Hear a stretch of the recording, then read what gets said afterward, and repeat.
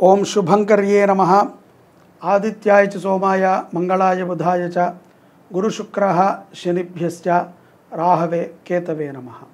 गुरुब्रह्मा गुरुर्विष्णुः गुरुर्देवो महेश्वरः गुरुस्साक्षात् परब्रह्म तस्मै श्री गुरवे नमः। श्री श्री श्री गणपति सच्चिदानंद सद्गुरुभ्यो नमो नमः। ఉద్యోగము లేనటువంటి వారికి కూడా ఈ యొక్క మాసాంతములో ద్వితీయార్థములో సత్ఫలితాలని పొందుతారు. ఉద్యోగము లేనటువంటి వారు చక్కటి ఉద్యోగాలు లభిస్తాయి. ముఖ్యంగా స్త్రీలకి ధనుస్సు రాశిలో ఉన్నటువంటి స్త్రీలు ఏదో ఒక పనిని చేస్తారు, సంపాదన చేస్తారు, కుటుంబాన్ని నడిపేటువంటి బాధ్యతలో ప్రధానమైనటువంటి బాధ్యతని తీసుకుంటారు. ఈఎంఐలు కట్టడము చాలా ఉన్నాయి కదమ్మా, వీటిలో ఏదో ఒక పెద్ద బాధ్యతనే మీరు తీసుకుంటారు. తొందరపాటుతో ఏమరపాటుతో ఎవరికి పడితే వారికి మాట ఇవ్వద్దు. అలాగే ఏది ఉన్నా కూడా ఆడది అంటే అద్దములాగా ఉండాలి. ఎట్లా కనబడుతున్నామో అట్లాగే కనబడాలి. రెండో రూపాన్ని మనం చూపించకూడదు.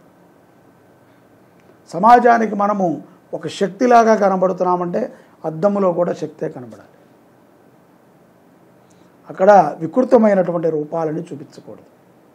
కాబట్టి ఉద్యోగం చేసేటువంటి వారు, వ్యాపారం చేసేటువంటి వారు, వ్యవహారములు నడిపేటువంటి స్త్రీలు సమాజములో ఉన్నటువంటి దుష్టశక్తుల నుంచి చాలా జాగ్రత్తగా ఉండాలి. ఇది మీకు ఎంతో ఉపయుక్తమవుతుంది. తర్వాత ఆరోగ్యపరముగా జీవనము గడపటానికి ధనుస్సు రాశి జాతకులు శాకాహారాన్ని భుజించడమే మంచిది. మంచి ఆహారాన్ని తీసుకోండి, ప్రాణాయామం చేయండి, లేకపోతే అనారోగ్య పాలవుతారు. మాసాంతములో కొన్ని చిన్న అనారోగ్యము ద్వారా ఏదో ఒక తెలియనటువంటి బాధ కడుపులో ఏర్పడిపోతుంది. ఆ బాధ తట్టుకోలేరు, ఆ బాధ తీర్చుకోలేరు. రకరకాలుగా ఉంటుంది సమస్య. ఏదో ఉననాలికి మందు వేస్తే కొండనాలికి ఊడింది అన్నట్టు చిన్న సమస్య చాలా పెద్దది అవుతుంది. కాబట్టి మంచి ఆహారాన్ని తినండి, మంచిగా ఉండండి, తద్వారా విజయాన్ని పొందుతారు, ఆరోగ్యవంతులుగా జీవనం గడుపుతారు. అలాగే పెద్దల విషయంలో కూడా కుటుంబంలో ఎవరైతే మరణించి ఉంటారో, ఎవరైతే మన వంశోద్ధారకులు కాలం చేసి ఉంటారో అటువంటి వారికి సంస్కారములు సరిగ్గా జరగకపోతే సంతాన వృద్ధి ఉండదు తల్లి. ఆడవారే ఆ బాధ్యత తీసుకుని సంతానపరమైనటువంటి ప్రయత్నాలని చేయాలి. ఎవరైతే గతించి ఉంటారో, పోయినవాడు పోయాడని ఫోటో ఏదో మనం పెట్టుకోకుండా సంస్కారం చేయాలి. అతని పేరు మీద స్వయం పాకము, పితృకర్మను మనం ఆచరణ చేయాలి. లేకపోతే ఆ శాపము అలా ఉండిపోతుంది. తద్వారా ఎంత సంపాదించినా నిరుత్సాహంగా ఉంటుంది ఇంట్లో. ఏదో ఒక కాయకము, ఏదో ఒక రోగమే చుట్టూ తిరుగుతూ ఉంటుంది. కాబట్టి ధనుసు రాశి జాతకులు ఎవరైతే తమ తమ కుటుంబాలలో మరణించిన వారు ఉన్నారో ఒకసారి జ్ఞాపకం తెచ్చుకుని వచ్చేటువంటి అమావాస్య రోజున ఆ యొక్క అంటే జ్యేష్ఠ అమావాస్య, జ్యేష్ఠ మాసములో వచ్చేటువంటి అమావాస్య రోజున తప్పనిసరిగా స్వయం పాకాన్ని బ్రాహ్మడికి దానం ఇవ్వండి. గోవుకి పెద్దల పేరుతో గ్రాసాన్ని సమర్పణ చేయండి. ఈ విధంగా చేయటం ద్వారా ధనుస్సు రాశి జాతకులు దివ్యమైనటువంటి అనుగ్రహాన్ని పొందగలుగుతారు. ఈ జూన్ మాసంలో సర్వే జనాః సుఖినో భవంతు. శ్రీ శుభంకర్యై నమః. అందరికీ ఒక మంచి శుభవార్త.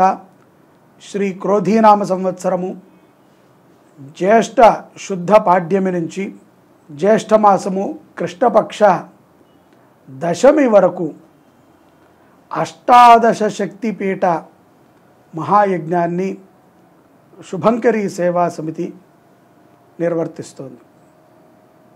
ప్రతి శక్తిపీఠములో కూడా అంటే మన హైదరాబాద్కి పక్కనే ఉన్నటువంటి అలంపురి జోగులాంబ అమ్మవారి దగ్గర నుంచి శ్రీలంకలో ఉన్నటువంటి శాంకరీదేవి వరకు ప్రతి శక్తిపీఠములో కూడా మీ గోత్రనామాలతో గణపతికి అర్చన, రుద్రాభిషేకము, ఆ యొక్క శక్తిపీఠములో చండీ హోమం, వీటిని నిర్వహణ చెయ్యాలి అని చెప్పి శుభంకరి సేవా సమితి జూన్ 8వ తారీఖు నుంచి జూలై 1వ తారీఖు వరకు ఈ యాత్రని, ఈ యొక్క మహాయజ్ఞాన్ని నిర్ణయించడం జరిగింది.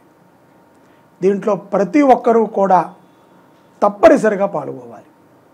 ఎందుకంటే ఈ జన్మకి ఇది ఒక గొప్ప అవకాశం.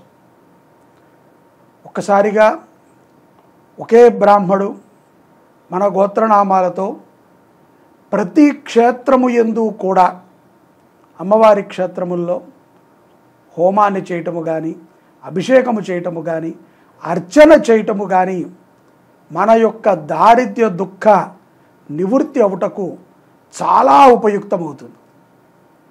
ఇది మరొక్కసారి దొరుకుతుంది అని మాత్రం ఎవ్వరూ అనుకోవద్దు, మీరు ఊహించలేరు కూడా. ఇంకొకళ్ళు ఎవరైనా చేస్తారేమో, అప్పుడు కట్టుకుందాములే, అప్పుడు పాల్గొందాములే అని అనుకుంటే ఇది మీరు జార విడుచుకున్నట్టే. ఏకకాలములో పరమేశ్వరుడి యొక్క అనుగ్రహముతో ఈ యాత్రని ప్రారంభిస్తున్నాము. ఈ యాత్ర లోక కళ్యాణార్థము జరుగుతుంది. అందరూ బాగుండాలి, ప్రకృతి అంతా కూడా సస్యశ్యామలముగా ఉండాలి. ఎక్కడెక్కడైతే గనక దారిద్ర్యముతో దుఃఖితులై ఉన్నారో వారందరికీ కూడా బాగుండాలి, అందరూ మంచి ఆరోగ్యంగా ఉండాలి, విద్యార్థులకి మంచి చదువు బాగా రావాలి అనేటువంటి ఒక ఉద్దేశంతో ఈ యాత్రని సంకల్పించాం. ప్రతి క్షేత్రములో కూడా శశాస్త్రీయముగా జరిగేటువంటి యజ్ఞములో మీరు తప్పనిసరిగా పాల్గొనండి. కింద మీకు కాంటాక్ట్ నెంబర్ ఇచ్చాము, మీరు కాంటాక్ట్ అవ్వండి, మీ గోత్రనామాలు నమోదు చేసుకోండి. జూన్ 8వ తారీఖు ప్రారంభమవుతుంది. జూలై 1వ తారీఖు మన యొక్క శుభంకరి పీఠములో చండీ హోమాన్ని చేసుకుని మహాపూర్ణావతిని చేసుకుంటాం. ఆ రోజుతో ఈ కార్యక్రమాలు ముగుస్తాయి. ఇంత గొప్ప యజ్ఞం, మీకు ఎటువంటి కోరికన్నా తీర్చేటువంటి మహాఫలప్రదమైనటువంటి అష్టాదశ యజ్ఞం. అష్టాదశ శక్తిపీఠాలు ఏ విధంగా వచ్చాయో మనకు తెలుసు.